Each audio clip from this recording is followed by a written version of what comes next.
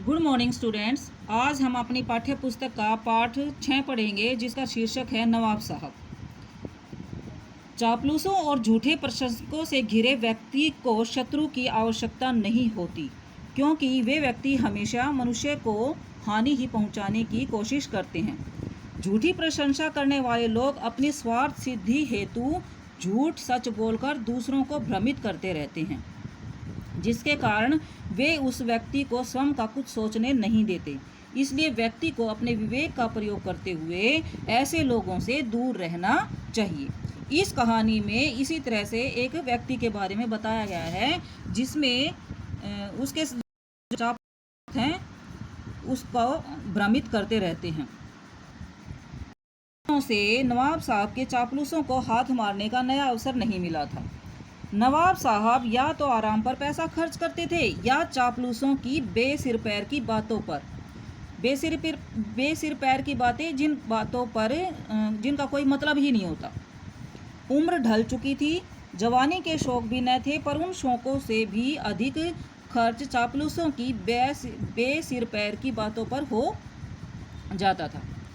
एक दिन की बात है, नवाब साहब बैठे थे और उनके खास चापलूस दोस्त लगे थे उनकी तारीफ में जमीन आसमान एक करने। यासीन मियाँ ने एक बात कही तो सैयद नजुमुद्दीन ने भी उस पर एक और बात कही। हाफिज जी ने उसका रंग और तेज कर दिया।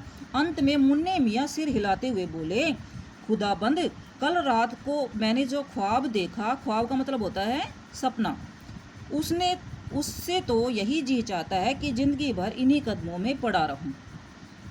यारों ने शौक से पूछा, मिर्जा साहब क्या ख्वाब था, जरा हम भी सुन ले। नवाब भी बोले, हाँ हाँ सुनाइए न। मुन्ने मियाँ बोले, हुजूर जरूर सुनाता हूँ। क्या देखता हूँ कि उड़ता उड़ता मक्का शरीफ पहुँच गया, काबा का चक्कर लगाया। फिर देखता हूँ कि सामने मैदान में बड़े बुजुर्ग दुनिया की पवित्र आत्माओं की बात कर रहे थे। मुझे कुछ समझ न आया। फिर सब लोग नमाज पढ़ने लगे। मैं क्या देखता हूँ कि इस इमाम की जगह हुजूर नवाब साहब हैं और नमाज पढ़ा रहे हैं। फिर क्या देखता हूँ कि कानों में आवाज़ आ रही, ये सब नेक लोग, और जो बुजुर्ग इसका इमाम है का सबसे प्यारा है। मैं यह सुनते ही झुका, ही शोर हुआ, आँख और देखता हूँ बाहर मुर्गे बोल रहे। बस उस वक्त से बाग कैसे नहीं के साथ हैं।